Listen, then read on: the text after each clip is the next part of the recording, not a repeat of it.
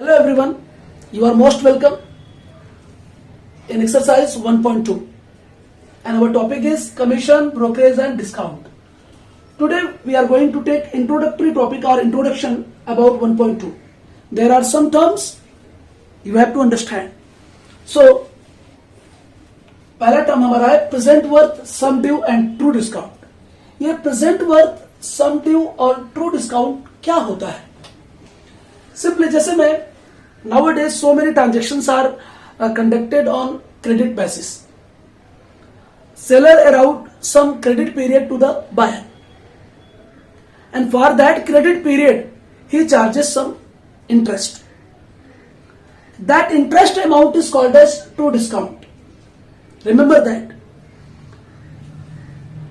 So present worth and sum due and true discount, तीनों में difference क्या है मैं इसको एक एग्जांपल के जरिए आपको समझाता हूं. से मान लिया जाए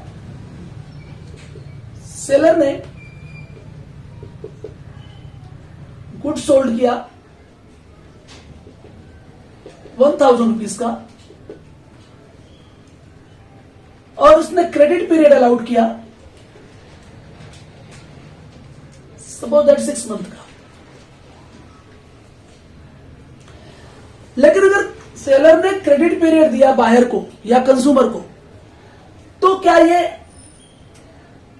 1000 रुपीज का गुड सोल्ड कर रहा है तो 6 महीने बाद भी 1000 रुपीज लेगा क्या? नहीं ना. ये 1000 रुपीज पर कुछ इंटरेस्ट चार्ज करेगा. सपोज दैट इसने चार्ज कर दिया रेट ऑफ इंटरेस्ट, दिया हुआ रेट ऑफ इंटरेस्ट, चलो 4% से चार्ज कर दिया इंटरेस्ट. तो अब हमें इसका कॉम्बिनेशन समझना होगा कि जो कंज्यूमर है या बायर है वो 6 मंथ के बाद 4% इंटरेस्ट से कितना अमाउंट पे करेगा. तो इसमें हमें एक बात क्लियर नजर आ रही है, वो ध्यान देना आप लोग. ये जो जितने अमाउंट का गुड्स सोल्ड किया है प्रेजेंट पीरियड में, इसी को हम बोलते हैं present worth of goods. Present worth, ये क्लियर हो जाना चाहिए.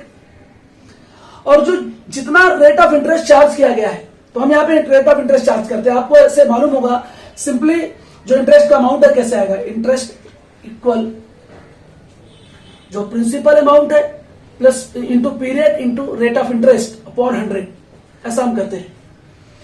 तो यहां पर प्रेजेंट वर्थ या प्रिंसिपल अमाउंट कितना है 1000 रुपीज है.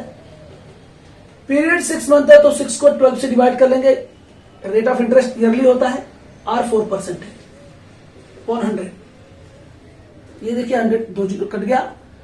10 इंटू 6 2 12 इंटू 4. अब मल्टीप्लाई कर लीजिए. 1/2 आएगा ये. 2 5 10 एंड 5 4 20. तो 20 रुपीज क्या आया? इंटरेस्ट आया. यानी कि 6 मंथ के बाद सेलर बायर से कितना लेगा? 1000 प्लस 20 रुपीज. 1000 प्लस 20 रुपीज यानी कि 1020 रुपीज लेगा. तो इसमें जो 1020 रुपीज है ये सम ड्यू है. याद रखिए, ये जो 1020 रुपीज है वो क्या है? सम ड्यू है. यानी कि 6 मंथ के बाद जो सेलर बायर से अमाउंट लेगा वो सम ड्यू होता है. एंड ये क्या है? ये जो रेट ऑफ इंटरेस्ट जो 20 रुपीज इंटरेस्ट आया, इसी को हम ट्रू डिस्काउंट कहते हैं. क्या कहते हैं? True discount. TD that means true discount. और ये जो 1000 रुपीज है ना, ये क्या है? आपका प्रेजेंट वर्थ है. ये क्या है? प्रेजेंट वर्थ है. सो इस एग्जाम्पल के जरिए आपने बहुत अच्छी तरह देखा कि सम ड्यू क्या होता है, ट्रू डिस्काउंट क्या होता है और प्रेजेंट वर्थ क्या होता है. तो ये बहुत ही सिंपल एग्जाम्पल है. तो अभी अभी आपने देखा इसके अंदर present worth, sum due and true discount क्या था. तो हमने अभी भी देखा. तो हम सम ड्यू का फार्मूला हमारा क्या बनता है? सम ड्यू इक्वल, या हम लिखते हैं sum due equals to present worth plus true discount. ये हमने अभी भी आपको एग्जाम्पल में दिया था. तो ये फार्मूला सबको याद रखना, नंबर 1. नंबर 2, सम टाइम कभी कभी हमें निकालने के लिए आता है ट्रू डिस्काउंट अलग से निकालो. तो ट्रू डिस्काउंट के लिए जब प्रेजेंट वर्थ दिया रहेगा प्रॉब्लम में तो ट्रू डिस्काउंट निकालना भी आसान होता है. तो true discount is equal to, हमने ट्रू डिस्काउंट किसको कहा? इंटरेस्ट के अमाउंट को कहा. तो ट्रू डिस्काउंट इक्वल हो जाता है present worth into N into R upon 100, जिससे मैंने आपको सिंपल इंटरेस्ट कहा जो पहले आप निकाला करते थे, उसी को हम कह रहे हैं यहाँ पे. ट्रू डिस्काउंट क्या होता है? एक प्रकार का सिंपल इंटरेस्ट होता है. तो इस बात को दिमाग में रखना है कि आपको ट्रू डिस्काउंट होता क्या है, क्योंकि हमने पहले कभी इस तरह से इसको रिप्रेजेंट नहीं किया है, इसलिए हमारे दिमाग में नहीं आता है बहुत बार.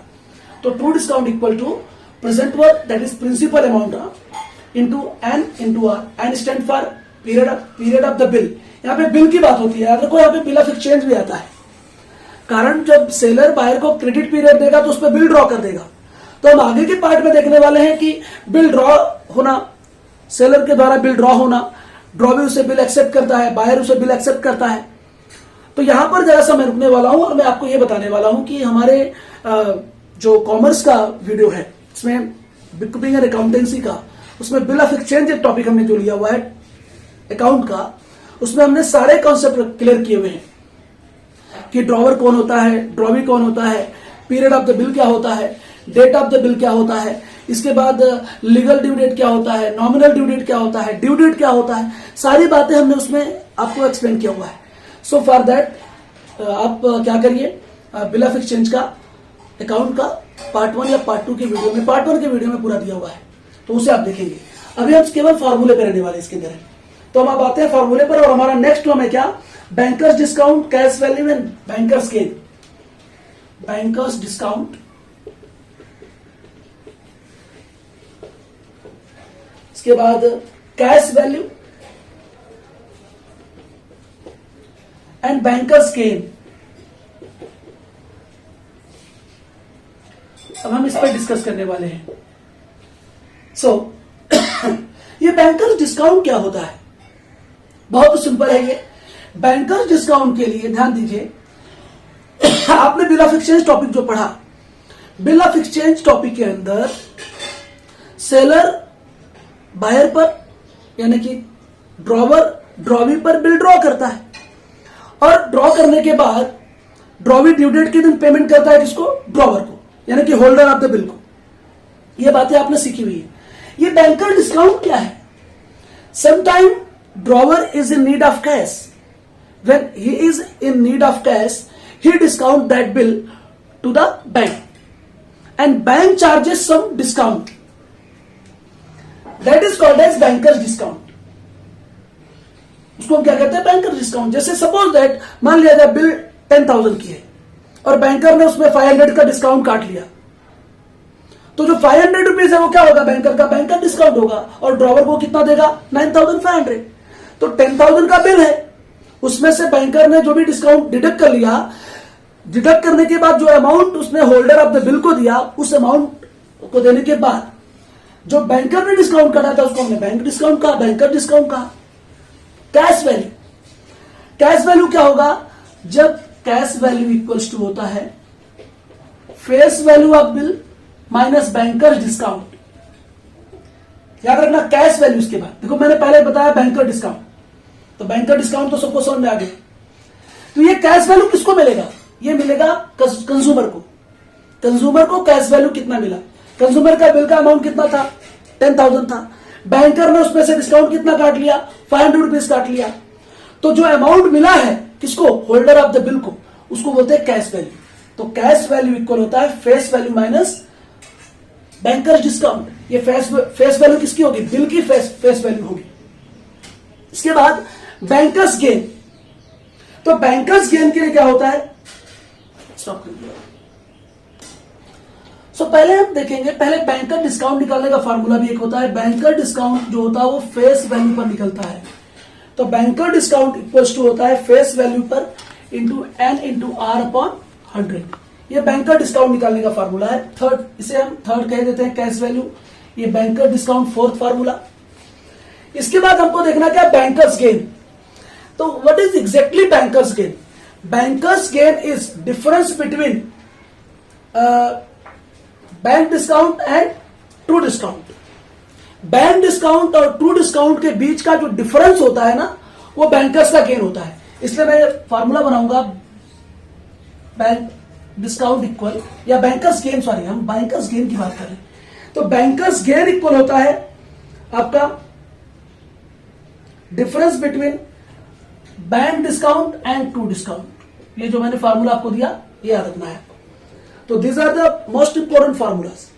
सो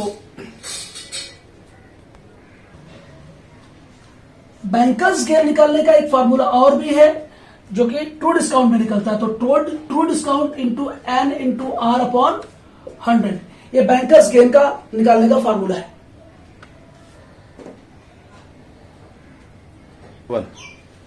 सो यहां पर 3 बातें बहुत ही ध्यान से समझना होगा। पहली बात, ट्रू डिस्काउंट हमेशा प्रेजेंट वर्थ पर निकलता है, तो यहां पे लिख के लीजिए आप कि true discount is always calculated on present worth. फिर जैसे बैंकर्स जो डिस्काउंट है वो किस पे कैलकुलेट होता है? फेस वैल्यू पर।